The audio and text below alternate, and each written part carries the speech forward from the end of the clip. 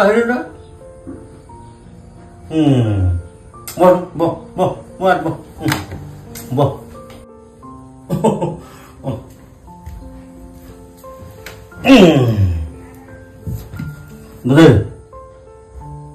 এই জুবিনৰ কথাবোৰ তই গম পাইছ না তই আকৌ বেপাৰতে লাগি থাক গমেই নাপাওঁ নহয় ঠিক বৰ বেয়া লাগি গ'ল দেই কালি সেইটো তাক ধৰিছে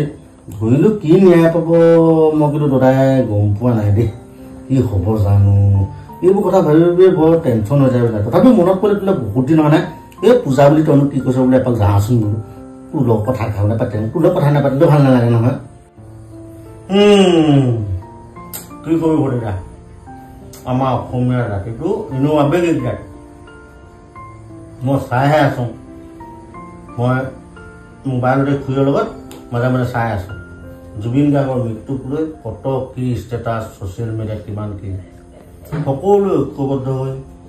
এটা নীতিগতভাৱে আমি যদি ন্যায় নিবিচাৰোঁ তেতিয়াহ'লে কিন্তু জুবিন গাৰ্গে ন্যায় নাপায় পিছত বুজি যায় এতিয়া শুনিতো শ্যাম কানুক ধৰিলে হীৰাদক ধৰি আনিলে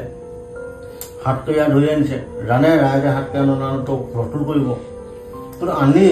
এটা প্ৰকৃতাৰ্থত তেওঁলোকক আচলতে কি শাস্তি দিয়ে সেয়া সময়ে ক'ব কিন্তু এটা কথা ঠিক বুজিলে যদি শাস্তি যদি তেওঁলোকে যদি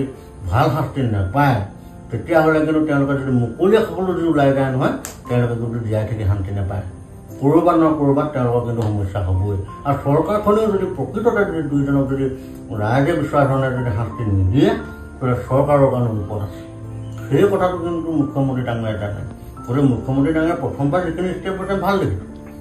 গতিকে পৰৱৰ্তী পৰ্যায়ত যদি সেই ষ্টেপখিনি লয় তেতিয়াহ'লে কিন্তু অসমৰ ৰাইজে কিন্তু ভাল পাব বুলি ভাবিছোঁ আৰু এটা কথা কওঁ বুজিছে নাই আমাৰ অসমীয়া জাতিটো আবেলি অসমীয়া মানুহবোৰ আমাৰ কি হয়